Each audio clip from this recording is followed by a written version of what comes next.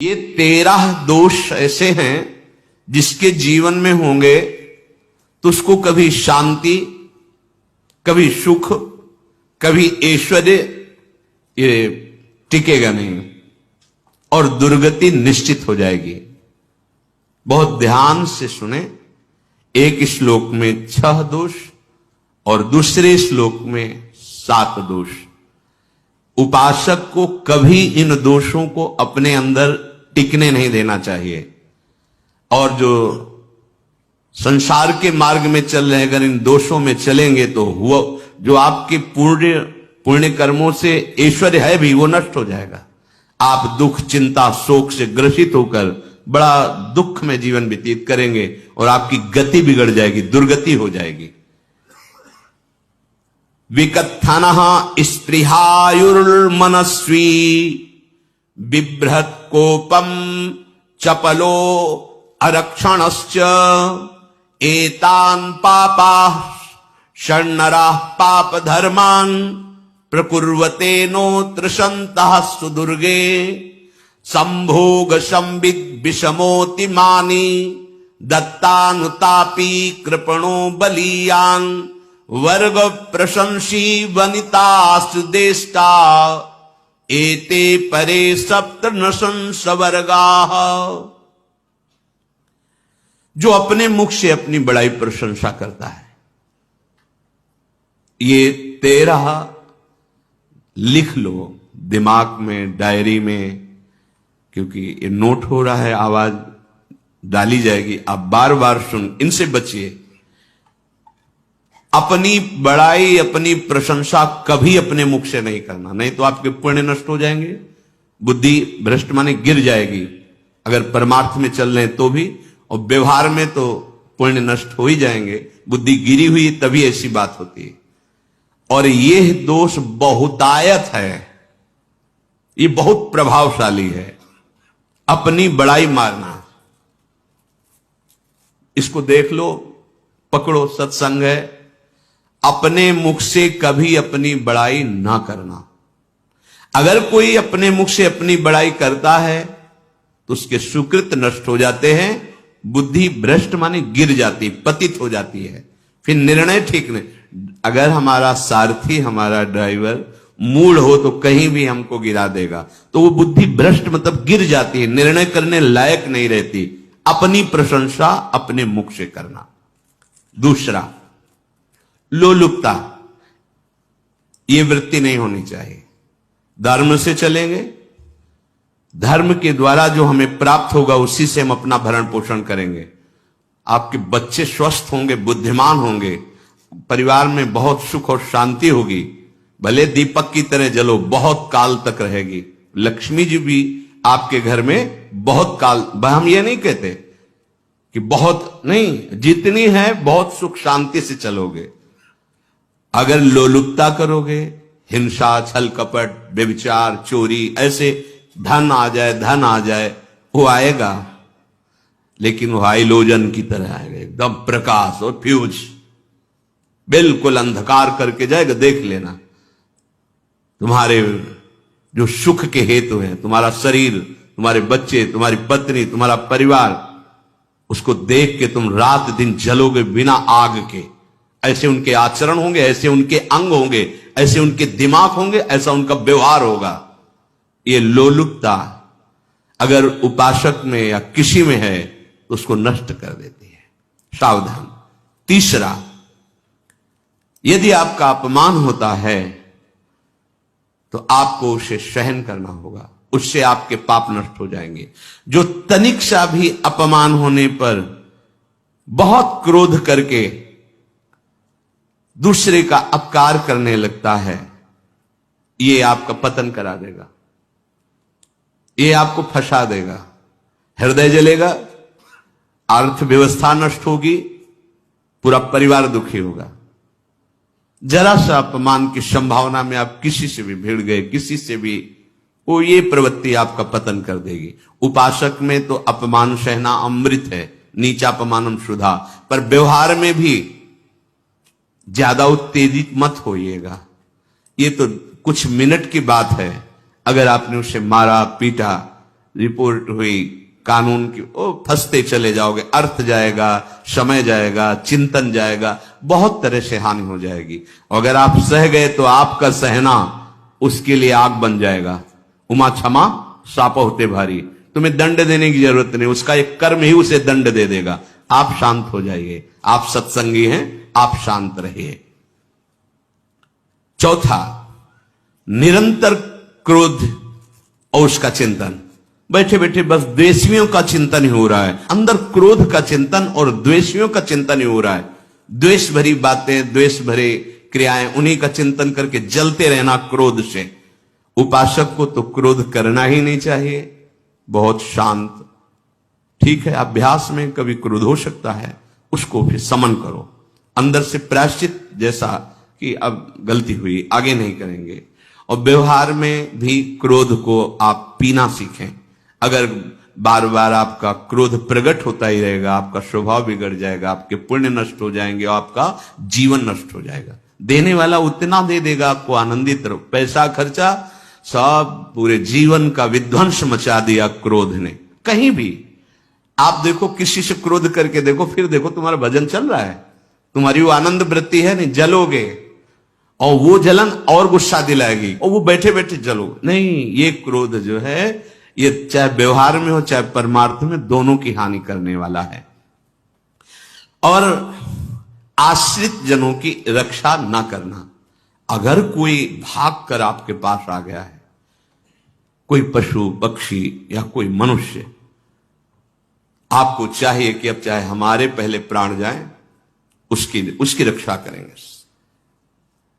CV जैसे तो कोई बिरले ही होते हैं, पर इतना जरूर ध्यान रहे, जैसे कोई पशु पक्षी किसी भय से आपके सीमा के अंतर्गत आ गया है, अब उसकी रक्षा करनी है आपको। अगर आप स्वयं मार देते हैं या मरवा देते हैं, या आपके सुकृत नष्ट कर देगा, या आपकी दुर्गति का कारण बन जाएगा। और जो पाप कर्म उत्साहित होकर करते हैं, उपासक को तो बहुत सावधान रहना चाहिए, पर व्यवहार में भी जो नहीं करना चाहिए, अगर वो पाप कर्म आपके द्वारा मन में प्रेरित हो रहे हैं, संकल्प बन रहा है, क्रियाएं हो रही, दुर्गति पक्की, पुण्य नष्ट हो जाएंगे, दुख अशांति बढ़ती चली जाएगी, कभी शांति नहीं प्राप्त कर पाएंगे। ऐसा नहीं कि जो मन में आवे सो करे। पापाचरण निडर और उत्साहित होकर करना, अगर ऐसे लक्षण है, निश्चित दुर्गति होती है। ये 6, अपनी बहुत बड़ाई करने वाला अपने मुख से, लोलुपता, तनिक से अपमान में सहन ना करने वाला, निरंतर क्रोधी और आश्रित जनों की रक्षा न करने वाला, और निडर हर्षित होकर पाप कर्म करने वाला। दूसरे श्लोक में 7 है, 6 7। 1, संभोग का ही चिंतन करना, संभोग में ही मन लगाना, संभोग दूसरी स्त्रियों के साथ करने की भावना रखना। संभोग, पहला है संभोग। रात दिन बैठे बैठे बस यही चिंतन करना, गंदी बातों का, गंदी बातें देखना, गंदी बातें सुनना, गंदी बातों का चिंतन करना। फिर अन्य माताओं बहनों के प्रति काम दृष्टि से देखना, कोई आ जा रही है तो दृष्टि से, काम भाव से देखना, भोग बुद्धि से देखना, निश्चित पुण्यनाश दुर्गति। बड़े बड़े उदाहरण इतिहास में हैं जिन्होंने ऐसा दृश्य नेत्रों से देखने की चेष्टा की, मन में संकल्प किया भोगने का, नष्ट हो गए, चाहे वो कितने बड़े प्रतापी हो। ये दुर्योधन कोई साधारण थोड़ी है, भगवान व्यास देव जी के द्वारा ही तो, भगवान व्यास देव जी ही इसकी उत्पत्ति का कारण है। आप देखो, इतने महान पुलस्त जी ही उत्पत्ति का कारण है रावण के। बस यही ऐसे दोष हैं जिनके कारण जीव नष्ट हो जाता है। ठीक है, धर्मयुक्त काम भगवान ने आदेश किया है, आपका पाणिक ग्रहण संस्कार हो गया है, संतानोत्पत्ति की भावना से कुछ पवित्र तिथियों का त्याग करते हुए चर्चा में हुई है। एक नियम है, एक आदेश है शास्त्र का। आप बहुत काम प्रवृत्ति वाले हैं तो प्रत्येक मास में जब माता बहनें पवित्र हो जाती मासिक धर्म से, तो जिनका पाणिक ग्रहण आपने किया, जो पत्नी स्वरूप है, वो ठीक है। वहां भी बार बार के लिए व्यभिचार प्रवृत्ति के लिए शास्त्र आदेश नहीं करता, संयम पूर्वक, और उसका चिंतन नहीं करना। पाणिग्रहण संस्कार है, घर में विराजमान है, एक संयम एक नियम के अनुसार उसका चिंतन तो फिर भ्रष्ट कर देगा। चिंतन प्रभु का करना है, चिंतन प्रभु की सेवा जो आपके कर्तव्य, इसके चिंतन से बचो। घातक है, बहुत बड़ा जहर है। अगर विषय चिंतन होने लगा तो मरोगे, जिंदा जलोगे, दुर्गति भी होगी। ये अंदर की जो आग है ना, कामाग्नि, ये इतनी बढ़ती चली जाएगी, तुम्हारे होश खराब हो जाएंगे कि मुझे क्या करना चाहिए क्या नहीं करना चाहिए। कोवा मदांधो मदना तुरोवा, अंधा हो जाएगा, नहीं दिखाई देगा अनुजा तनुजा क्या है कौन है, कुछ नहीं, भ्रष्ट बुद्धि। संभोग का चिंतन नहीं।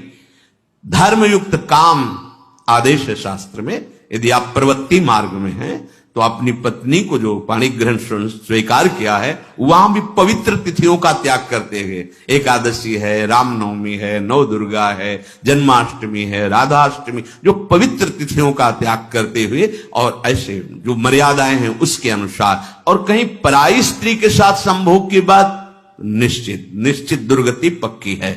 ऐसे ही माताओं के लिए है, स्त्री शरीर के लिए है। यदि वो ऐसी गलत चेष्टा तो पतिवंचक परपति रति करई, रौरव नरक कल्प सत परई। ये भोग चिंतन से बचने की चेष्टा कीजिए तो क्रिया से अपने आप बच जाएंगे। क्रिया के पहले चिंतन होता है, चिंतन से ही क्रिया का आवेश आता है। चिंतन संभालिए, इसी से भगवत प्राप्ति होती है, चिंतन से, और इसी से दुर्गति भी होती है। अनन्यस चिंतयन्तु माम, भगवान चिंतन कह रहे मेरा करो, कर्तव्य कर्म मेरे को समर्पित करो। अब जब चिंतन संभोग का होगा तो बुद्धि भ्रष्ट हो जाएगी। ये जो राक्षसी प्रवृत्तियां सुनने को मिलती है ना कि ऐसा हुआ, वो देखा सुना और चिंतन किए, अब इतनी राक्षसी वृत्ति आ गई कि बस अब उनमें और राक्षसों में कोई अंतर नहीं रह गया। दूसरा, विषमता रखने वाला, सबके साथ बर्ताव ऐसा कि मैं बहुत श्रेष्ठ हूं और दूसरे सब नहीं, ऐसा व्यवहार नहीं। सब भगवत स्वरूप है, समान व्यवहार।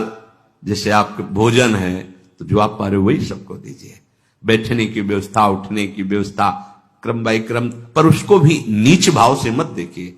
उस कोटि का उसको प्यार दीजिए, दुलार दीजिए, सम्मान दीजिए। इतनी विषमता ना फैलाते रहे अपने जीवन में कि आप सबके निंदा के पात्र बन जाए। विषमता नहीं, सबको प्यार। हाँ ठीक है, पुत्र का अलग प्यार है, भाई का अलग प्यार है, पिता का अलग प्यार है, पर हमारा व्यवहार प्रीति युक्त होना चाहिए, विषमता भरा नहीं होना चाहिए। अगर हमारे चित्त में विषमता ही रही तो संसार है, प्रभु नहीं है। जीत विषम संसार कीर्ति जग बिस्तरे, जो विषमता पर विजय प्राप्त कर लेता है वही भगवत प्राप्ति का अधिकारी। ये विषमता बहुत बड़ी हानि है। तीसरी बात, अत्यंत मानी होना। जहां आपके प्राण कमजोर होंगे, पुण्य नष्ट होगा, आयुश्री सब नष्ट होना है, ऐसे आचरण करवाएगा गुरुजनों के साथ, महापुरुषों के साथ। ये बहुत नीच प्रवृत्ति है। अत्यंत मान प्रियता, मुझे सम्मान मिले, उत्तम प्रवृत्ति है। सबको मान देना, स्वयं अमानी रहना।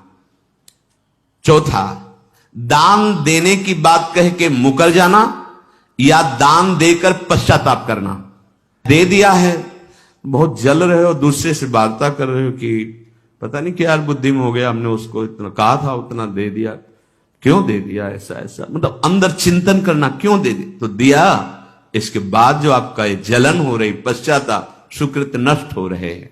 दान देकर पश्चाताप करना या दान देने की बात कह के मुकर जाना। जैसे आपने कह दिया आपको इतना इतना ऐसा, अब आप मुकर गए, ब्याज सहित तुम्हें देना होगा, ये तुम्हारी दुर्गति का कारण बन जाएगा। ऐसे ही नहीं बोलना चाहिए, बहुत होश से। वाणी एक अमोल है, जो कोई बोले जान, ये तराजू तौल के तब मुख बाहर आन।